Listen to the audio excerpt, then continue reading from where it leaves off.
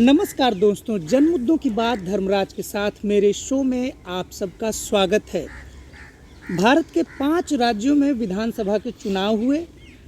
3 राज्यों में भाजपा ने प्रचंड बहुमत से जीत दर्ज की और 2 राज्यों में अलग अलग पार्टियों ने जीत दर्ज की। तेलंगाना में कांग्रेस ने सरकार बनाई और मिजोरम में लालदू होमा सीएम बने, जो पुराने कांग्रेसी थे। कांग्रेस से ही इस्तीफा देकर उन्होंने अपनी पार्टी बनाई थी और उनकी पार्टी ने जीत दर्ज की।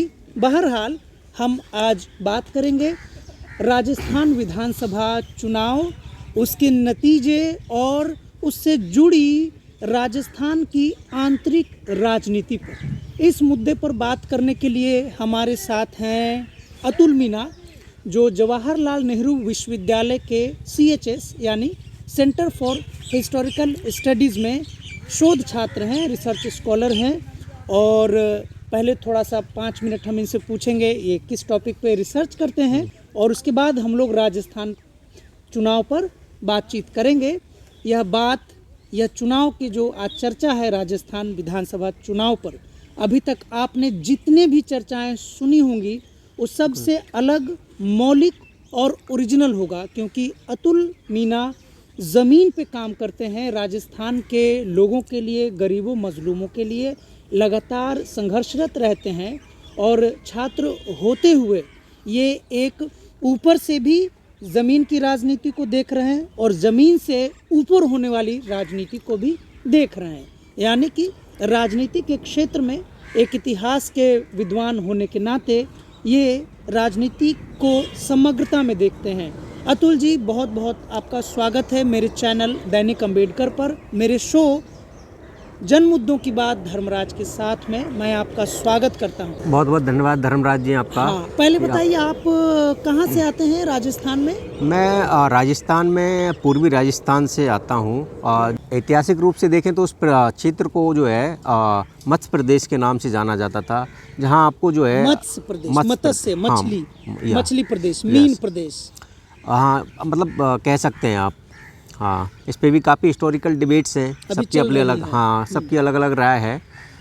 तो वहाँ पे जो है मेरा जो क्षेत्र है वो दौसा ज़िला लगता है हमारा, जो पहले वहाँ पे जो है सचिन पायलट जी के और उनके पिताजी स्वर्गीय राजेश पायलट जी के नाम से जो है वो क्षेत्र जाना जाता है। तो मैं वहाँ से बिलोंग करता हूँ और हमारा थोड़ा सा जो एरिया है वो उसमें जो है उसकी जो भाषा है वो राजस्थान से कम और जो है उत्तर प्रदेश से जो है जो ब्रज रीजन है उससे अधिक मिलती है।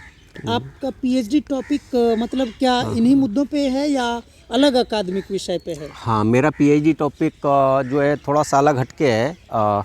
मेरा PhD टॉपिक है वो है cultural history of princely state Jaipur. अरे वाह! हाँ। Cultural history of princely state Jaipur, Jaipur के राजघरानों पर सर की हाँ, जयपुर के राजघरानों पर मैं PhD कर रहा हूँ। उसमें जो है सांस्कृतिक इतिहास पर।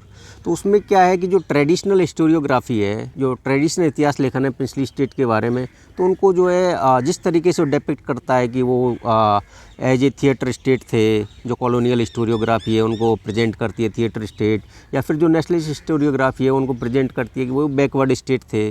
और रिविजनिस्ट हिस्टोरियोग्राफी भी आई है जो उनको दिखा रही है कि नहीं ऐसा नहीं है, वो भी जो है कुछ मॉडर्न सब्जेक्ट जो है अपने स्टेट में इम्प्लीमेंट कर रहे थे। तो मेरा लेकिन थोड़ा सा और अलग हटके है इससे। वो जो प्रिंसली स्टेट की जो कल्चरल प्रोडक्शन था, चाहे वो पेंटिंग्स हो, फोटोग्राफी हो, चाहे प्रोसेसन्स हो, तो उसके ऊपर में जो है मेरा रिसर्च बेस है। पिछले दशकों में, यानी कि भारतीय राजनीति में ये इतिहास के विद्यार्थी हैं, इनकी अलग दृष्टि है। मैं साहित्य और राजनीति और मीडिया के बारे में और सांस्कृतिक मुद्दों के बारे में भी, यानी कल्चरल स्टडीज़ साहित्य की भाषा में कहते हैं, पर सोचता रहता हूँ। सर का जो टॉपिक है, अतुल जी का जो टॉपिक है, दरअसल 90 के बाद से, मंडल आयोग के लागू होने के बाद से, या कहें कि जब भारतीय राजनीति में मान्यवर कांशीराम मंडल पॉलिटिक्स ने प्रवेश किया 90 के दशक के बाद, तो न केवल ज़मीन की राजनीति बदली है, बल्कि यूनिवर्सिटी की दुनिया की भी राजनीति, अकादमिक जगत की भी राजनीति बदली है। और जो भी राजघरानों के बारे में एक खास प्रकार से या तो प्रशंसा किया जाता था या खारिज कर दिया जाता था, लेकिन प्रिंसली स्टेट यानी राजघराना अगर था तो वहाँ के असली सांस्कृतिक लोग कौन थे जिन्होंने राजघराना को राजघराना बनाए रखा। इस मुद्दे के आसपास अतुल जी का रिसर्च है। बहरहाल अब हम सीधे आ जाते हैं राजस्थान चुनाव में। अतुल जी, जहाँ तक मुझे नहीं पता है आप किस पार्टी से घोषित रूप से जुड़े हुए हैं या नहीं, जैसे भाजपा, कांग्रेस, लेकिन हमारी जो आपकी बातचीत होती रही है एक लिबरल फ्रेम में बातचीत होती रही है, एक विद्वान के रूप में भी आपने अपना राय रखा है। राजस्थान में कहा जा रहा था कि अशोक गहलोत जीत सकते हैं, हालांकि आपके राजस्थान के विधानसभा में रिवायत है, परंपरा है कि 5 साल बाद जनता बदल देती है। राजस्थान के लोग जागरूक हैं, आप कुछ भी कर लो 5 साल बाद अब बदले जाएंगे। आपको इसका अनुमान था? जब दिल्ली में बैठ कर के चीज़ें देख रहे थे और जिस तरीके से सर्वे आ रहे थे तो लग रहा है कि इस बार राजस्थान में जो है राज नहीं बदलेगा, बल्कि रिवाज कंटिन्यू करेंगे। हाँ, कांग्रेस गहलोत जी कंटिन्यू करेंगे और एक रिवाज बदलेगा। जो एक रिवाज था कि हर 5 साल में सरकार बदलेगी, वो रिवाज इस बार बदलेगा। लेकिन ऐसा हुआ नहीं और उसी तरफ जिस तरीके से कांग्रेस जीत गई और सारे अनुमान हार गए, ऐसा है क्या? नहीं, ये भी मैं नहीं बोलूँगा कि जो है प्योरली जो है कि बिल्कुल जनता का इलेक्शन था। अच्छा। हाँ, मतलब कि इलेक्शन जो मैं मानता हूँ कि इलेक्शन के जो है ना कई लेयर्स होते हैं, मतलब कई लेयर पे जो है चीज़ें चलती हैं। ठीक है, तो कोई एक जनता ही जो है ऐसी नहीं थी कि एक स्पेशल फैक्टर था। हाँ, हालांकि जनता तो जनार्दन होती है, उसने जो फैसला किया वो तो सर्वोपरि होता है, लेकिन और भी कई सारे इश्यूज़ थे कि जो है सिर्फ जो एक राजस्थान में जो एक नारा चल रहा था कि जो है इस बार राज नहीं रिवाज बदलेगा, उसी दूसरी तरफ जो है एक और नारा दिया जा रहा था, दूसरी पार्टियों की जो अपोजिशन था उसकी तरफ से एक और नारा दिया जा रहा था कि जो है रोटी जो है अगर एक ही तरफ रहेगी तो जल जाएगी। क्या बात है। उसको बदला जाना चाहिए। तो ये नारा जो है धर्मराज जी वहाँ पे काम कर गया और जो है गहलोत साहब की जो है रोटी पलट दी गई। और गहलोत साहब की एक पॉपुलर गवर्नमेंट थी जो पॉपुलर स्कीम्स के बेस पे जो है लोगों में काफ़ी लोकप्रिय थी, जो सर्वेज भी दिखा रहे थे। और मैं भी जैसे ग्राउंड पे गया तो मुझे कहीं भी लगभग मैं 20 विधानसभा कॉन्स्टिट्यूएंसी इस बार घूमा था और वहाँ लोगों से बात की तो कहीं भी जो है गहलोत सरकार के खिलाफ कोई एंटी इनकम्बेंसी या गहलोत कोई बात नहीं थी। यह बड़ा दिलचस्प आपने बात कही कि भारत में जब से चुनाव होने लगे हैं मोदी जी के आने के बाद 2014 के बाद, कोई भी सरकारें जो भाजपा के सामने चुनाव लड़ती हैं, गैर भाजपा की सरकार, वो एंटी इनकम्बेंसी नहीं होती है तब भी हार जाती है। बहन जी मायावती ने तो छिपे हुए शब्दों में इस बार भी कहा कि जो मीडिया में दिखाया जा रहा था या जो जनता में भी लोकप्रियता थी, जिन जिन सरकारों के जीतने के आसार थे, उसके बिल्कुल विपरीत हुआ है। और बहन जी मायावती ने इसे रहस्यात्मक जीत बताया है, भाजपा की जीत को रहस्यात्मक जीत बताया है। मैं पत्रकार होने के नाते थोड़ा खोल कर कह दूं, वो तो नेत्री हैं, नेता हैं, उन्होंने सीधा कहीं ना कहीं ईवीएम की तरफ इशारा किया है, कोई मैनिपुलेशन की तरफ इशारा किया है। इस पर आपका क्या कहना है? क्योंकि आपने भी कहा कि कई लेयर्स होते हैं।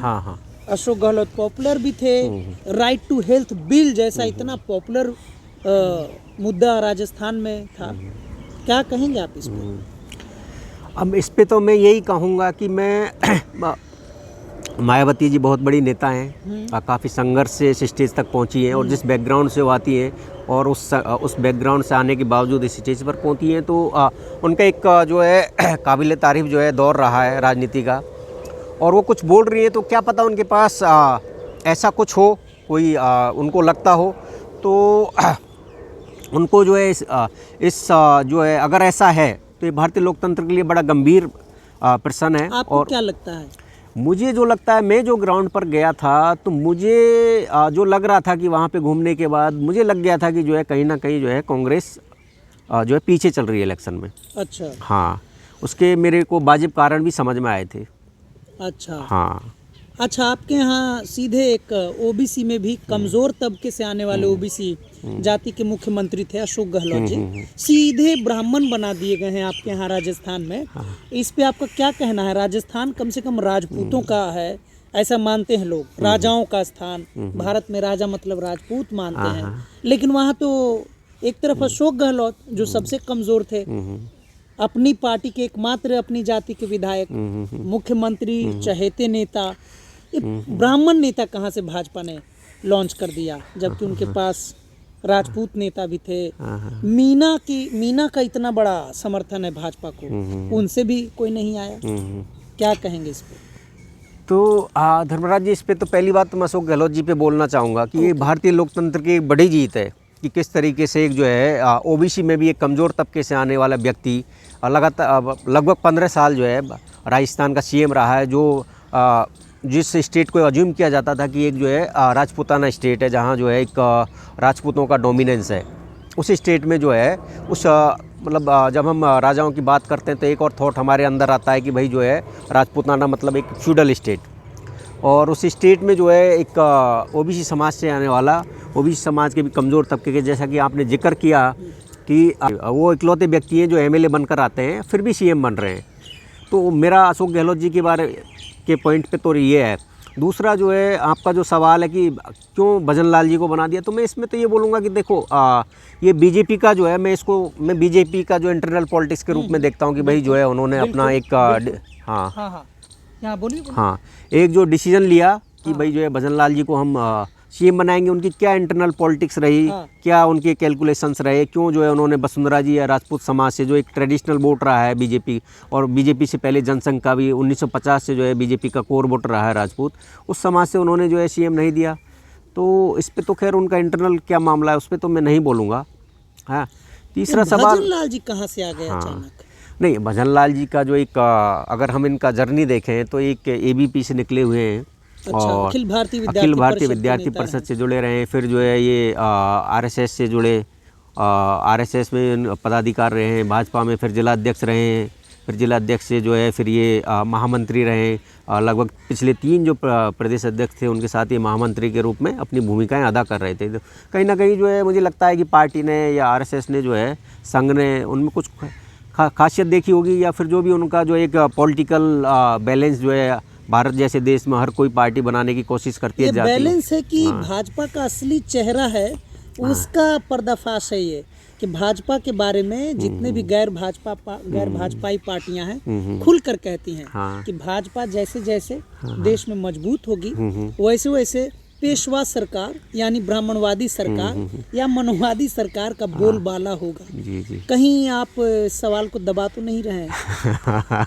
नहीं, सवाल को तो मैं नहीं दबाऊंगा जो है मैं कभी भी, लेकिन मैं जो है भाई जो अगर ट्रेडिशनली राजस्थान की जो पॉलिटिक्स देखूं भाजपा या कांग्रेस के रूप में, तो ऐसा नहीं है। कांग्रेस में भी काफ़ी जो है ब्राह्मण सीएम भी रहे हैं, जैन सीएम भी रहे हैं, जो है बढ़िया समाज से आने वाले सीएम भी रहे हैं। 1990 तक तो जो है ब्राह्मण जैन, लेकिन 90 के बाद तो राजनीति बदल गई ना। हाँ, अभी पहले भी ब्राह्मण ही आ रहे थे, उसी के विरोध में तो 90 के बाद से पूरे देश की राजनीति बदली।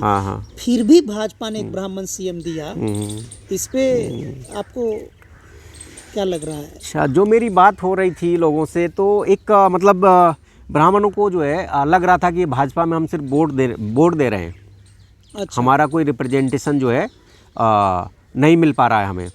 जिस तरीके से हम कंसोलिडेट होकर के भाजपा को लामबंद होकर के वोट कर रहे हैं बड़े चंक में, तो उसका जो है हमें ना यूपी जैसे बड़े स्टेट में जहाँ ट्रेडिशनली बोला जाता है कि वो काफ़ी वहाँ पे जो है ब्राह्मण पॉपुलेशन में भी ज़्यादा हैं, रिसोर्सफुल भी ज़्यादा हैं, लेकिन वहाँ पे भी वो 1990 के बाद सीएम नहीं बन पाए हैं। तो इस तरीके से ब्राह्मणों के बीच से भी एक जो है आवाज़ आ रही थी।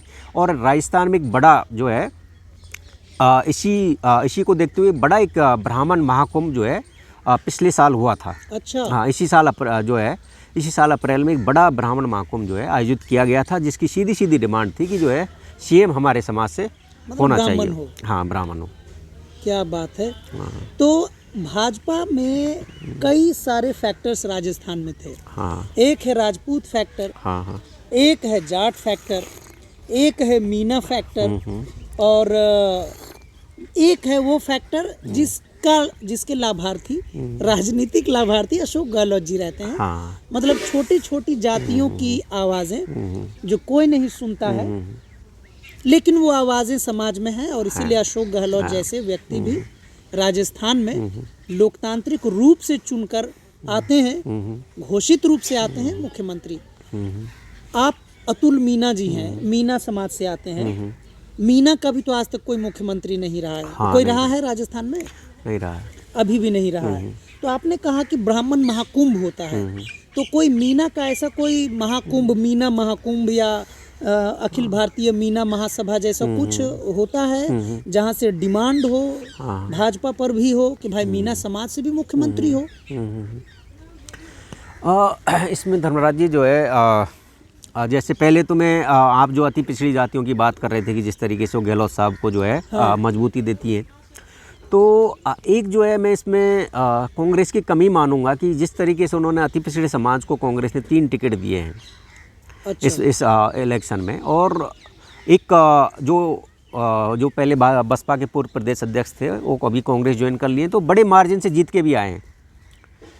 लगभग 60,000 वोटों से वो जीत करके आए हैं। उसके अलावा एक और टिकट सेम विधानसभा में सेम जो है लोकसभा क्षेत्र में दूसरा टिकट भी अति पिछड़े को दिया था, और उसका शायद नुकसान भी कांग्रेस पार्टी को उस क्षेत्र में हुआ है।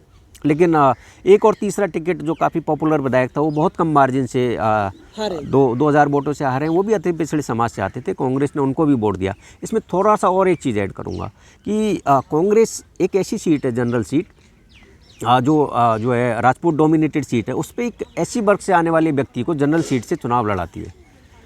तो उसको भी जो है कांग्रेस में, जहाँ तक मेरा मानना है कि उसका जो है कांग्रेस का ये मुझे जो लगता है कि ट्रेडिशनल थॉट है कि हम जो है आइडेंटिटी उभार के जो है चुनाव नहीं लड़ेंगे, और उसी थॉट पे जो है वो शायद इन जो है जिस तरीके से कांग्रेस की बहुत सारे लोग क्रिटिसिज्म भी करते हैं कि वो अति पिछड़ों को स्पेस नहीं देती है, दलितों को स्पेस नहीं देती है, लेकिन जिस तरीके की हमारी सोसाइटी है और ख़ासकर राजपूताना जो है क्षेत्र है, उस क्षेत्र में अगर कांग्रेस अति पिछड़ों को और जो है एक जनरल सीट पे दलित को टिकट दे रही है, वो बड़ी बात है, लेकिन उसका वो जो है पॉलिटिकल गेन जो है नहीं ले पाती है, ऐसा मुझे लगता है, क्योंकि वो मैसेजिंग नहीं करती है। और दूसरा आपने बोला कि भाई ट्राइबल आज तक सीएम नहीं बना है, तो धर्मराज जी इसमें मैं एक चीज़ जोड़ना चाहूँगा कि ट्राइबल्स की जिस तरीके के वो मार्जिनाइज रहे हैं, तो उनकी अभी तक कोई एस्पायरेशंस नहीं थी। ये मैं मानता हूँ कि 2000 तक उनकी कोई जो है एस्पायरेशंस नहीं थी, लेकिन अभी जो है उनके अंदर भी एक एस्पायरेशन आ रही है, ठीक है। और इसके आप देख सकते हैं कि जिस तरीके से दक्षिणी राजस्थान की जो बेल्ट है वहाँ पर एक नई पार्टी उभर कर आई है, और उसका बड़ा ज़बरदस्त प्रदर्शन पहले ही इलेक्शन में रहा है। 3 एमएलए जीत कर आए हैं, 5 एमएलए कैंडिडेट जो है सेकंड स्थान पर रहे हैं, और उन्होंने लगभग 10 लाख वोट सिर्फ 2-3 जिलों से उठाए हैं। तो और दूसरा जो है एक हमारी जो है पूर्वी राजस्थान की बेल्ट है, जो मीणा बाहुल जो है क्षेत्र है, जहाँ मीणा जो है आदिवासी समाज के लोग रहते हैं, तो वहाँ इस बार जो है एक मैसेज था लोगों ने अज्यूम किया कि शायद हम जो है इस बार जो है मीणा समाज के जो भाजपा के लीडर हैं किरोड़ी लाल मीणा, उनके साथ अलाइन होते हैं, तो क्या पता उन्हें सीएम बना दिया जाए। और इस बात का जो है मतलब भाजपा के राजस्थान भाजपा के बड़े नेता हैं, उनका नाम है डॉक्टर किरोड़ी लाल मीणा। ये पीएचडी वाले डॉक्टर नहीं है, एमबीबीएस वाले डॉक्टर हैं। किरोड़ी लाल मीणा जी के बारे में थोड़ा सा प्रकाश डालिए, हमारे दर्शक नहीं जानते हैं राजस्थान चुनाव के बारे में। बिल्कुल। क्योंकि अगर कह रहे हैं कि वो सीएम फेस के रूप में अगर उनको देखा जाता है भाजपा में एक चेहरा, तो इसका मतलब कि वो काफ़ी पुराने नेता होंगे। जी। तो जो किरोड़ी लाल मीणा जी की जो जर्नी शुरू होती है, पॉलिटिकल जर्नी, वो शुरू हो जाती है 1975 का जो इमरजेंसी का दौर है। वो इमरजेंसी के दौर में जब कॉलेज में पढ़ रहे थे, तो उस समय जो है इमरजेंसी के खिलाफ जेल में जाते हैं, और वहीं से जो है उनका एक जो है संघ विचारधारा के साथ उनका जो है गठजोड़ बन जाता है। और फिर 1980 में वो पहला इलेक्शन लड़ते हैं, हारते हैं। फिर 1985 में जो है वो दूसरा इलेक्शन एमएलए का जीतते हैं, विधानसभा पहुंचते हैं। फिर उसके बाद जो है 1989 में वो लोकसभा में भी चुन करके आते हैं सवाई माधोपुर सीट से, ठीक है। इस तरीके का उनका जर्नी है। उनका जो है लगभग वो 6 बार एमएलए हैं और 3 बार के सांसद हैं। हाँ, एक उनका जो एक बड़ा पॉलिटिकल जर्नी है, तो उसमें लेकिन वो एक शुरू से जो है वो उनकी जो एक छवि है वो संघर्षशील नेता की रही है, कि जो है वो समाज के मुद्दों को लेकर के लड़ते रहे। तो इसी वजह से उनका जो है चाहे कई बार जो है उनको यदि समाज के लिए स्टैंड लेना पड़ा हो तो उन्होंने स्टैंड लिया है। ठीक है। तो इसलिए जो है उनकी समाज जो है समाज में, मीणा समाज में एक फॉलोइंग है। हालांकि जो है उनसे बहुत सारे लोग मीणा समाज के इत्तेफाक नहीं रखते हैं कि जिस विचारधारा से वो जुड़े हुए हैं उसको लेकर के कई बार टकराव भी होते रहते हैं सोशल मीडिया पे, ग्राउंड पे, और कई बार बड़े बड़े टकराव भी हुए। हाल ही में एक आमागढ़ का इशू हुआ था, उस पर बड़ा जो है पहली बार ऐसा था कि जो है किरोड़ीलाल मीणा जी के साथ जो है कम भीड़ थी और जो अपोजिशन था उसके पास ज़्यादा भीड़ थी। कौन गढ़ बताया आपने? आमागढ़। आमागढ़, आमागढ़ कहाँ है? हाँ, ये जयपुर में है। जयपुर में है। जयपुर का आमागढ़ किला है, जिस पर क्या हुआ, विवाद क्या था उसमें?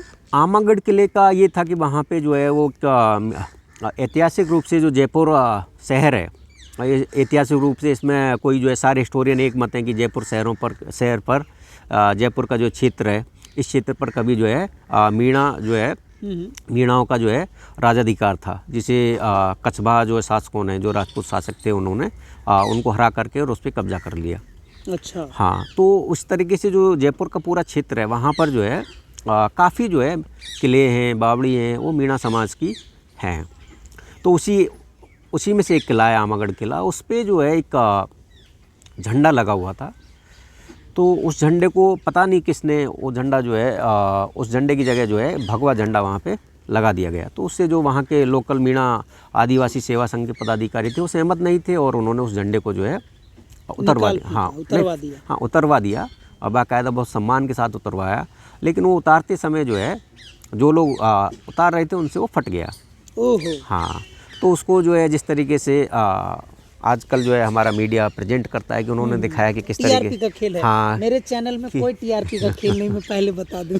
हाँ, यहाँ जो बातें हो रही हैं संजीदगी से हो रही हैं और ठंडे दिमाग से हो रही हैं। तो उन्होंने उसको ऐसे प्रेजेंट किया कि जैसे राजस्थान में कांग्रेसी सरकार है और वहाँ भगवा विरोधी काम किया जा रहा है। ओके। और जैसे आदिवासी मीणा सेवा संघ के जो प्रदेश अध्यक्ष हैं वो कांग्रेस से बिलोंग करने वाले एक रामकेश मीणा जी हैं। रामकेश। हाँ, तो वो भी उस समय थे वहाँ पे जब झंडा उतारा जा रहा था, तो उनके ऊपर भी ये लांछन लगा। यानी कि कांग्रेस के बड़े नेता उस इलाके में रामकेश मीणा और भाजपा की तरफ से किरोड़ीलाल मीणा, ऐसा है? नहीं, ऐसा तो नहीं कह सकते हैं, लेकिन वो आदिवासी मीणा सेवा संघ एक संगठन बना हुआ है। कई सारे संगठन बने हुए, उनमें से एक संगठन बना है वो। इसका मतलब प्रभावशाली है ना, कहीं ना कहीं। हाँ, वो संगठन है। तो उन्होंने जो है उस संगठन के जो है संगठन के पदाधिकारियों ने बुलाया, तो झंडे को उतरवाया और इसी दौरान जो है फट गया। तो मीडिया ने उसे प्रोटेक्ट किया कि भाई कांग्रेस का एक एमएलए वहाँ प्रेजेंट था और उसने जो है भगवा विरोधी काम किया है। तो जो है अपोजिशन ने इसको एक इलेक्शन आने वाले थे तो एक मुद्दे के रूप में बनाने की कोशिश भी की और उसी कोशिश में जो एक बड़ा मुद्दा बना। तो जो है मीणा समाज के जो है लोगों ने कहा कि जो है भाई हमारा किला है, इस पर जो है हमारे हिसाब से झंडा लगेगा। और इसी में जो है फिर इतना बातें बढ़ती गई कि उसमें किरोड़ीलाल मीणा जी को जो है इन्वॉल्व होना पड़ा भाजपा पार्टी की तरफ से, क्योंकि रामकेश मीणा जी ने भी कुछ बोला कि हम मीणा आदिवासी है, हिंदू नहीं है। तो उसी में फिर जो है किरोड़ीलाल मीणा जी भी इन्वॉल्व हुए। बड़ा विमर्श है ये। हाँ, जब से भाजपा की सरकार आई है, सबसे बड़ी चुनौती तो है कौन हिंदू है, कौन कट्टर हिंदू है, और किस हिंदू के बारे में तुरंत फैला दिया जाएगा कि ये हिंदू ही नहीं है। तो अब आप देख सकते हैं, अतुल जी बता रहे हैं कि कांग्रेस के एक मीणा लीडर और भाजपा के बहुत ही जुझारू बुजुर्ग नेता, सीनियर लीडर किरोड़ीलाल मीणा जी के बीच में आपसी तकरार हो गए। मुद्दा क्या है कि एक मीणा जी के हिसाब से, रामकेश मीणा जी के हिसाब से मीणा हिंदू नहीं है, आदिवासी है। किरोड़ीलाल मीणा जी संभवतः यही प्रयास कर रहे हैं कि नहीं, मीणा भी हिंदू है। यस, हिंदू फोल्ड का पार्ट है। हिंदू फोल्ड का पार्ट है। तो इसका मतलब किरोड़ीलाल मीणा जी को यह भी मानना पड़ेगा, ब्राह्मण क्षत्रिय यानी वर्ण व्यवस्था मानते ही होंगे, तभी भाजपा में कंटिन्यू। अच्छा, चलिए आपसे एक दिलचस्प सवाल ये है कि भजन लाल शर्मा राजस्थान के जब मुख्यमंत्री के रूप में चुने गए, पार्टी ने चुना, जनता ने तो वसुंधरा राजे को चुना था, अगर जनता के चुनाव की बात कहें, लेकिन पार्टी ने भजन लाल शर्मा को चुनकर मुख्यमंत्री थोप दिया।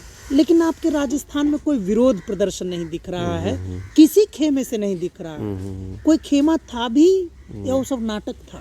आपको क्या लग रहा है? देखो, इस बार जो है बीजेपी ने, मैं मानता हूँ, एक बहुत ही अच्छी स्ट्रेटेजी जो है बीजेपी की सीनियर लीडरशिप है उसने बनाई। उसने कहा कि हम जो है किसी चेहरे पर चुनाव नहीं लड़ेंगे, सिर्फ एक चेहरा होगा, नरेंद्र मोदी जी और हमारी योजनाएं।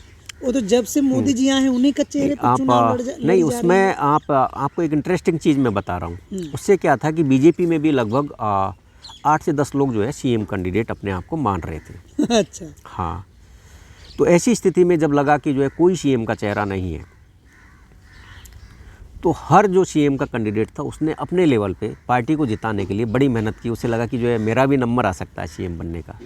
सबने प्रयास किया और ये जो है एक तरीके से कम्युलेटिव प्रयास हो गया। यदि आप बीजेपी जो है सिर्फ वसुंधरा राजे को सीएम कैंडिडेट प्रोजेक्ट कर देती, तो उससे जो मैं बता रहा हूँ, जैसे पूर्वी राजस्थान है, वहाँ पे जिस मीणा समाज का जो लगभग ट्रेडिशनल वोट रहा है कांग्रेस का, उसका लगभग 50% वोट जो है इस बार भाजपा की तरफ चला गया, जो पहले 15 या 20% जाता था। तो 30% का इजाफा भाजपा को हुआ और उसका रिजल्ट पूर्वी राजस्थान में दिखा। पिछली बार पूर्वी राजस्थान का जो भरतपुर संभाग है, वहाँ सिर्फ एक सीट थी भाजपा की 4 जिलों में, और इस बार वो बढ़ कर के शायद मुझे लग रहा है 20 या 22 सीटें हो गई हैं। तो वो मैं बताना चाह रहा हूँ आपको कि जो है सीएम कैंडिडेट ना बनाने का जो है भाजपा को कितना लाभ हुआ है। और भी जगह जो और भी सीएम कैंडिडेट थे, उन्होंने भी इसी तरह की मेहनत अपने लेवल पर की। तो ये एक फ़ायदा हुआ उनको जो है सीएम कैंडिडेट ना बना। अब जहाँ तक भजन लाल जी का बात है, तो ये सबके लिए जो है सरप्राइजिंग था, सबके लिए। और जो मुझे लगा और जो मैंने समझा, तो मुझे लगा कि भाजपा, और मैंने एक जगह पढ़ा भी है कि जो है भाजपा जो है अपने अंदर जो इस तरीके की अपने सीनियर लीडर्स के बीच जो एक गुटबाजी आ रही थी, और जो प्रॉब्लम कांग्रेस फेस कर रही है सीनियर लीडर्स की गुटबाजी का, उस गुटबाजी को दूर करने का जो है तरीका भाजपा को ये लगा कि इस बार जो है हम, भजन लाल जी हैं, न्यू फेस हैं, मतलब पहली बार के एमएलए हैं, ठीक है, तो ये जब तक मजबूत होंगे तब तक हम कुछ और सोचेंगे। लेकिन अभी जिस तरह की गुटबाजी चल रही है और एक दूसरे की टांग खींचने में लोग लगे हुए हैं, तो उस गुटबाजी को ख़त्म किया जाए और भजन लाल जी को जो है सीएम कैंडिडेट प्रोजेक्ट किया जाए।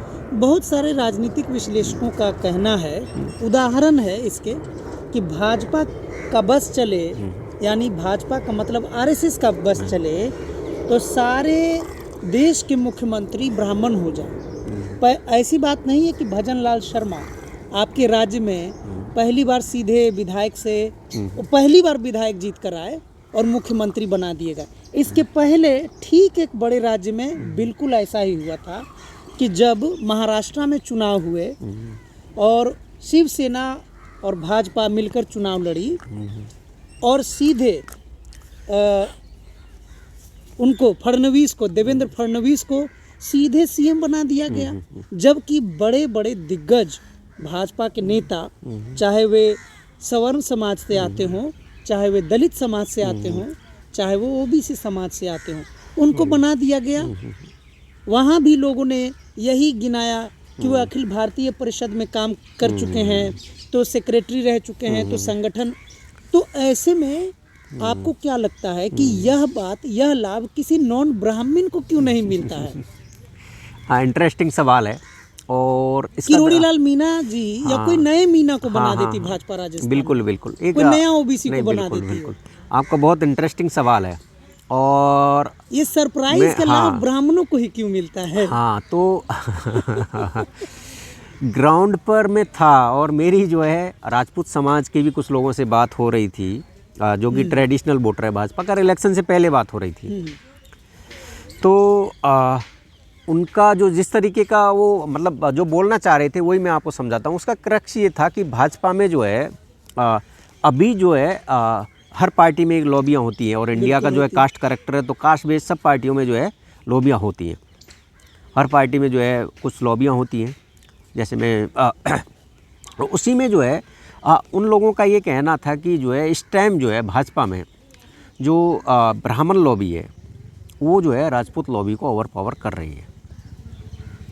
लेकिन सवाल ये है, मैं फिर थोड़ा सा रोकूंगा मैं, कि ये मामला जब भी भाजपा की आएगी तो सवर्णों के बीच में ही रहेगा। उत्तर प्रदेश में जब योगी आदित्यनाथ जो राजपूत जाति से आते हैं मुख्यमंत्री बन गए, वहाँ भी कहा गया कि चुनाव लड़ा गया केशव प्रसाद मौर्य को सामने रखकर, और प्रचंड बहुमत भी मिली भाजपा को।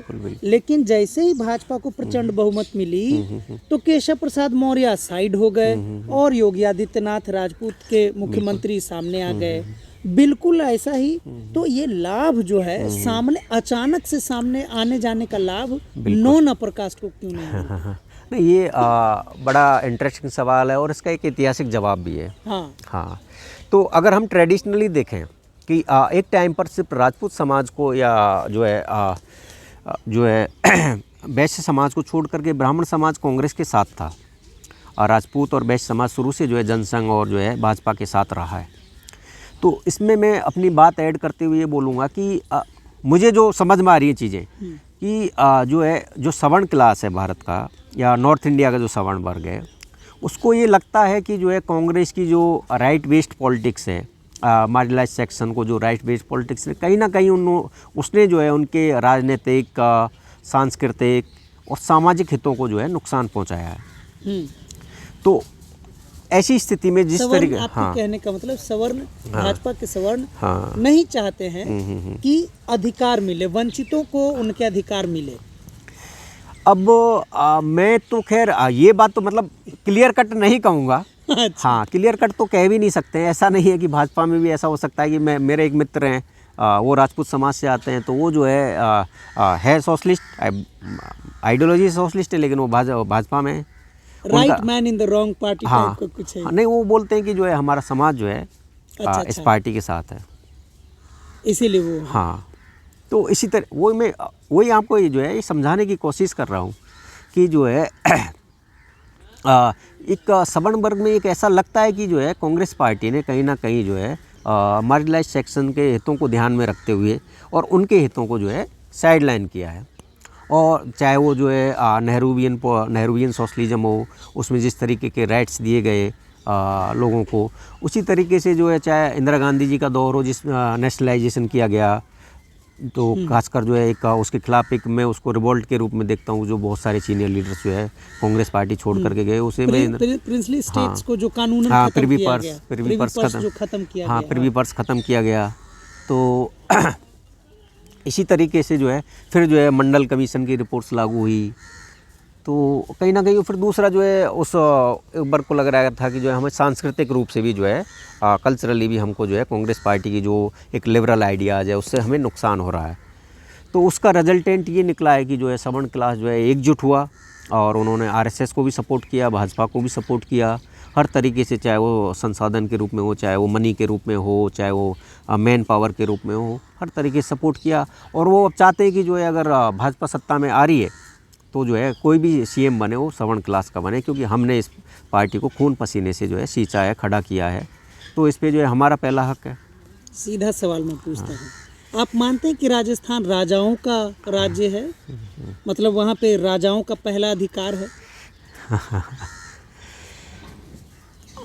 मैं अगर देखो, हम जो है जिस स्पेस में बैठे हैं जेएनयू में, और जहाँ से हम जो हमारे एक थॉट प्रोसेस है उस बेस पे तो मैं ये नहीं कहूँगा कि जो है राजस्थान, कोई भी स्टेट जो है, कोई भी जो है स्टेट को हम जो है राजाओं का राज नहीं कह सकते, क्योंकि वहाँ पे कॉमन लोग भी होते हैं, उनका भी राज है, और अब तो लोकतंत्र है, ठीक है, तो सबका राज है।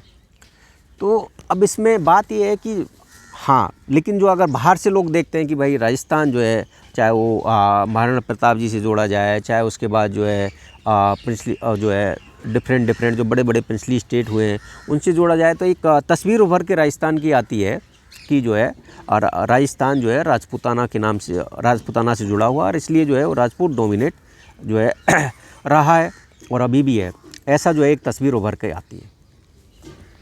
आम अन्य लोगों से, आपके इंटरव्यू करने से पहले मैं अन्य राजस्थान के लोगों से बातचीत कर रहा था, करता ही रहता हूँ, आप मुझे जानते हैं, मैं बातचीत करता हूँ, लोगों के फीडबैक लेता हूँ। एक बात निकल के सामने आई कि बहुत सारे कांग्रेसी भी कहीं ना कहीं इस बात के लिए खुश हैं कि अच्छा हुआ कोई राजपूत सीएम नहीं बना, एक ब्राह्मण बन गया। तो मैंने पूछा ऐसा क्यों? उन्होंने कहा कि कांग्रेस के सीएम थे अशोक गहलोत, वो भी ऐसी जाति से आते हैं जो कमज़ोर, सामाजिक रूप से कमज़ोर हैं, तो उनसे भी स्टेट ठीक चलता है, लोकतांत्रिक व्यवस्था मजबूत रहती है।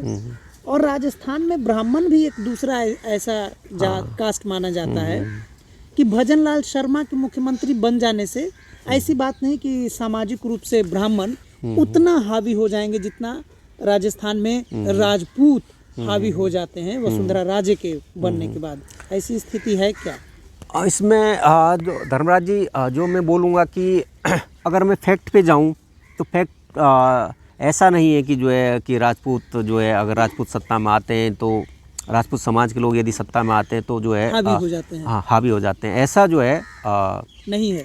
ऐसा मैंने जो है मैं जिस एरिया से आता हूँ, एक्चुअली मैं जो इस एरिया से आता हूँ वहाँ पे राजपूत डोमिनेंस नहीं है।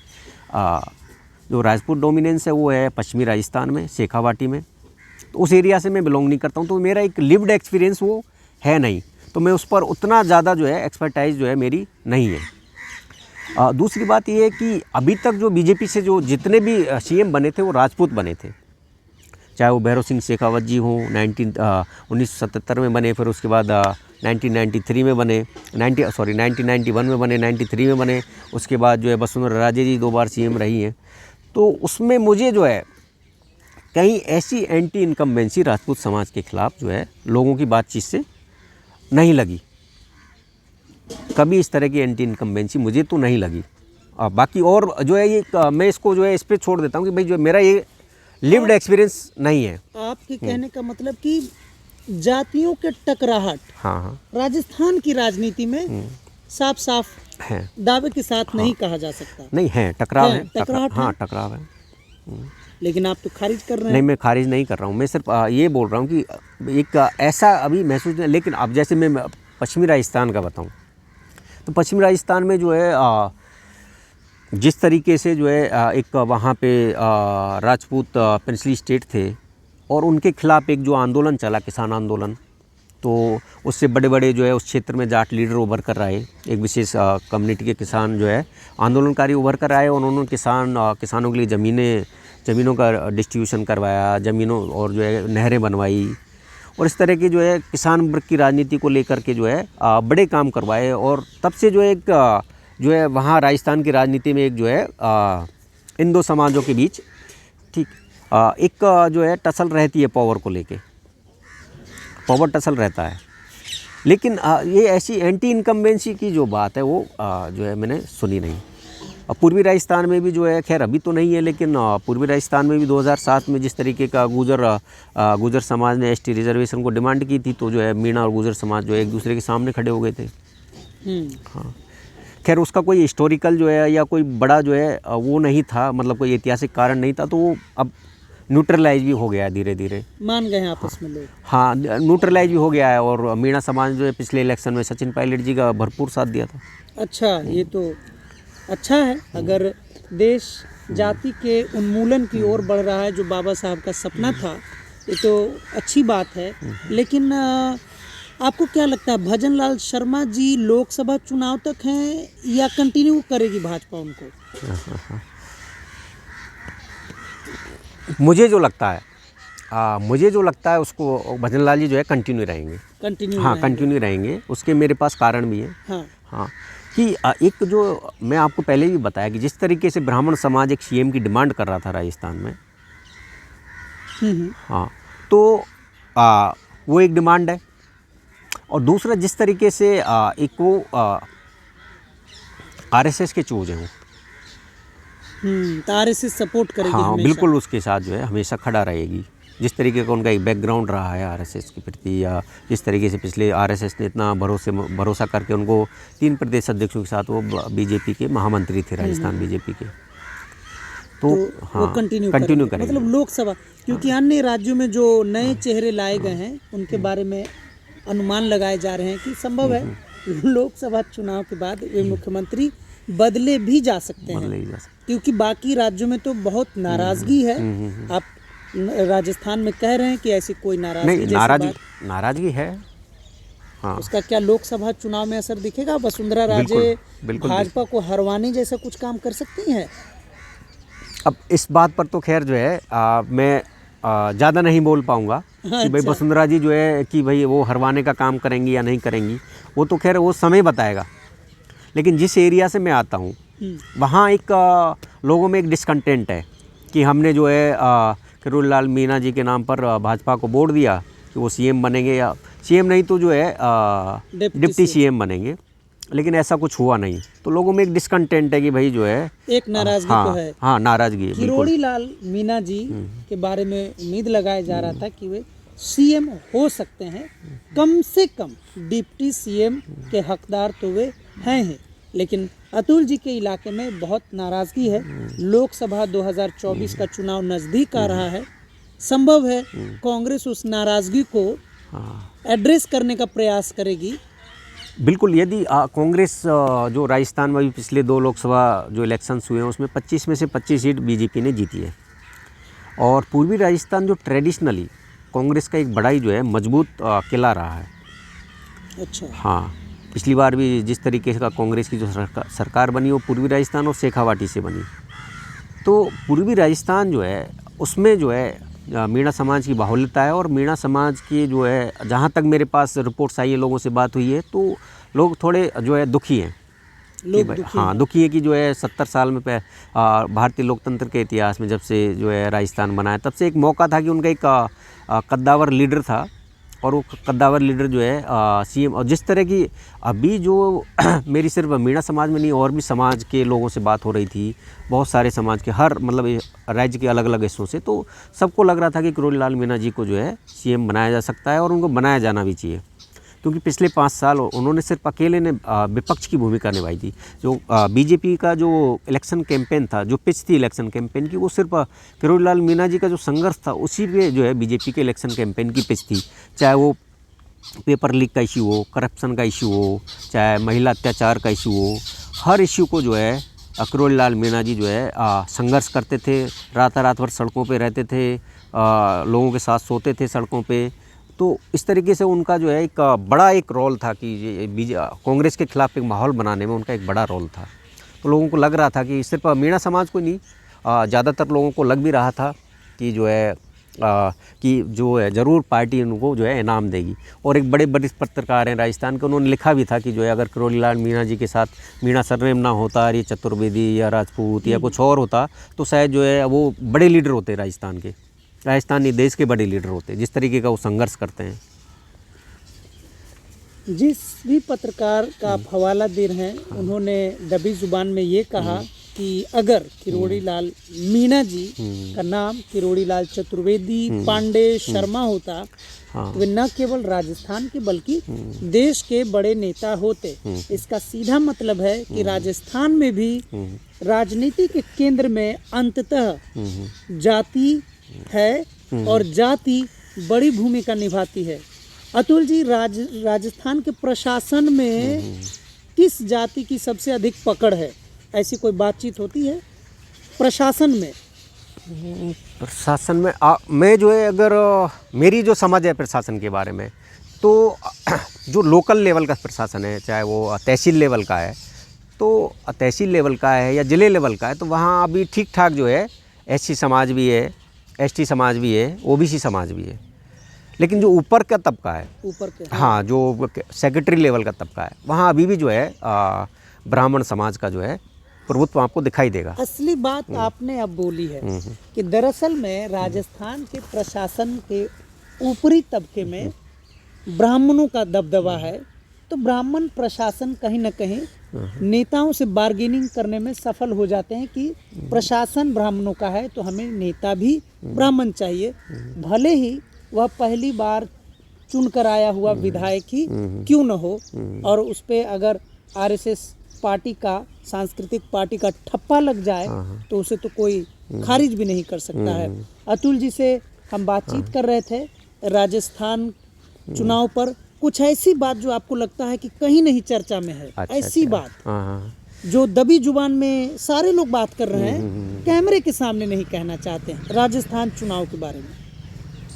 अब राजस्थान चुनाव के बारे में तो जो है वो चल रहा है मीडिया में, जिस तरीके का भाई कि कांग्रेस की हार के कारण जो है, कांग्रेस के खिलाफ कहीं एंटी इनकम्बेंसी नहीं थी, लेकिन उनकी हार का जो प्रमुख कारण रहा वो पार्टी फैक्शनलिज्म, विशेषकर जो है सचिन पायलट और जो है अशोक गहलोत जी की जो बीच की जो लड़ाई थी, उससे पार्टी को काफ़ी नुकसान हुआ।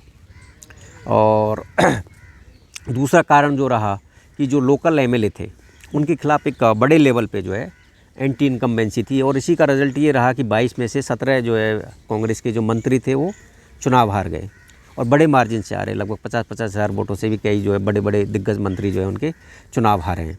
तीसरा एक कारण जो है, हम जो है एक्चुअली यहाँ से अगर दिल्ली से बैठे हुए कई चीज़ों को देखते हैं तो हमको शायद दिखाई ना दें। राजस्थान जो है 4-5 जो है भौगोलिक रूप से देखें हाँ हाँ। तो राजस्थान जो है 4-5 हिस्सों में बटा हुआ है। एक पूर्वी राजस्थान का हिस्सा हो गया, जहाँ पे जो है आपको जो है रिजर्वेशन से फ़ायदा लिए हुई अनुसूचित जाति और जनजाति के जागरूक लोग मिलेंगे। ST SC समुदाय के काफ़ी जागरूक लोग हैं। हमारे पूरे बातचीत में आधी आबादी मिस कर गई। मिस मेरी वजह से नहीं कर गई, मैं आपके मुंह से सोच रहा था किसी प्रसंग में कहीं ये जिक्र आ जाएगा कि महिला भी एक साइलेंट वोटर जैसी हैं, जो कहीं ना कहीं वसुंधरा राजे में महिला प्रतिनिधित्व को देखती थी, और महिला मुख्यमंत्री जो जाति के हिसाब से भाजपा के अनुरूप थी, समाज के हिसाब से राजस्थान के समाज के हिसाब से भी जाति के अनुरूप थी, और महिला भी थी, दबंग थी, पहले भी मुख्यमंत्री रह चुकी हैं। महिला कैसे वहाँ राजस्थान में उनके भीतर ये कोई नाराजगी नहीं होती कि एक महिला राज्य की प्रमुख थी, उसे ऐवे हटा दिया गया एक पार्टी के द्वारा, इस पर कभी कोई नाराजगी? आप ठीक बोले कि जो है वसुंधरा राजे जी एक महिलाएं थी और काफ़ी दबंग महिलाएं थी, जो है कि एक्सप्रेस करती थी कि जो है उनको कोई डोमिनेट नहीं कर सकता, तो उस टाइप की जो है एक महिला थी। लेकिन जो है मुझे जो लगता है कि भारतीय राजनीति में जो है अभी भी जो कास्ट की आइडेंटिटी है या फिर जो जेंडर की आइडेंटिटी है, वो उतना अभी जो है खासकर जो राजस्थान है और जो मेरा क्षेत्र है उसके बारे में मैं बोल रहा हूँ, तो अभी काफ़ी महिलाएं जो है जागरूक पढ़ लिख रही हैं, जागरूक भी हो रही हैं, लेकिन अभी स्थिति ऐसी नहीं आई है कि जो है वो सत्ता में भागीदारी मांग सके। सत्ता में भागीदारी मांग सके, अभी ऐसी स्थिति नहीं आई है। होपफुली जो है अब महिला रिजर्वेशन लागू होगा तो शायद जो है महिलाओं का जो है प्रतिनिधित्व बढ़े और उनके अंदर भी जो है एक जेंडर आइडेंटिटी आए और वो भी जो है अपने आवाज़ को उठाएं मुखरता से और उनको कोई भी स्थान ऐसी मिले। महिला नेत्री का नाम बता दीजिए जो वसुंधरा राजे के जैसी हो, वंचित तबके से आती हो, SC ST OBC या किसी अन्य समाज, कोई ऐसी नेत्री जो संघर्ष कर रही हो, विधायक रही हो, और जिनमें लोग कहीं ना कहीं मुख्यमंत्री बनने का एक उम्मीद के रूप में देखते हैं कि कभी मुख्यमंत्री बन सकती हैं, कोई ऐसा ध्यान में आता है? अभी तो मुझे जो है कोई ऐसा ध्यान में नहीं आ रहा है, और भाजपा ने जो वसुंधरा जी का रिप्लेसमेंट भी किया है तो सेम जो है सेम आइडेंटिटी से किया है कि जो है उनका रिप्लेसमेंट भाजपा चाहती है, वो दिया कुमारी जी के जो है द्वारा चाहती है। दिया कुमारी जी भी महिला हैं, वसुंधरा जी भी महिला हैं, वो भी राजघराने से वो भी राजघराने से वंचित तबके से, तो वो भी नहीं है। तो अभी जो प्रोमिनेंट नाम है राजस्थान की राजनीति में वो दिया कुमारी जी का है, और कोई उस तरीके का जो है संघर्षशील महिला जो है अभी किसी समाज की जो है उस मतलब CM फेज जिसको बनाया जाए वो दिखाई नहीं दे रहा है। लेकिन होपफुली जो है अगले 5-10 साल में जो है ऐसी महिलाएं भी आएंगी जो डिमांड करेंगी कि जो है उन्हें CM बनाया जाए। राजस्थान का कुछ पार्ट ऐसा है जो ट्रेडिशनली काफ़ी बैकवर्ड है, बहुत ज़्यादा बैकवर्ड है, और वहाँ एजुकेशन का बहुत इम्पैक्ट कम है। एक आध गाँव तो धर्मराज जी में क्या बताऊँ, ऐसे भी गया था कि दलित समाज के गांव थे, अनुसूचित जनजाति के, वहाँ पे बाबा साहब अम्बेडकर का नाम जो है लोग अभी तक नहीं जानते हैं। इस तरह की जो है बैकवर्डनेस है। MLA जो है पूरे 5 साल में जो है एक बार आता है वोट मांगने के लिए, फिर भी वो जीत के जाता है।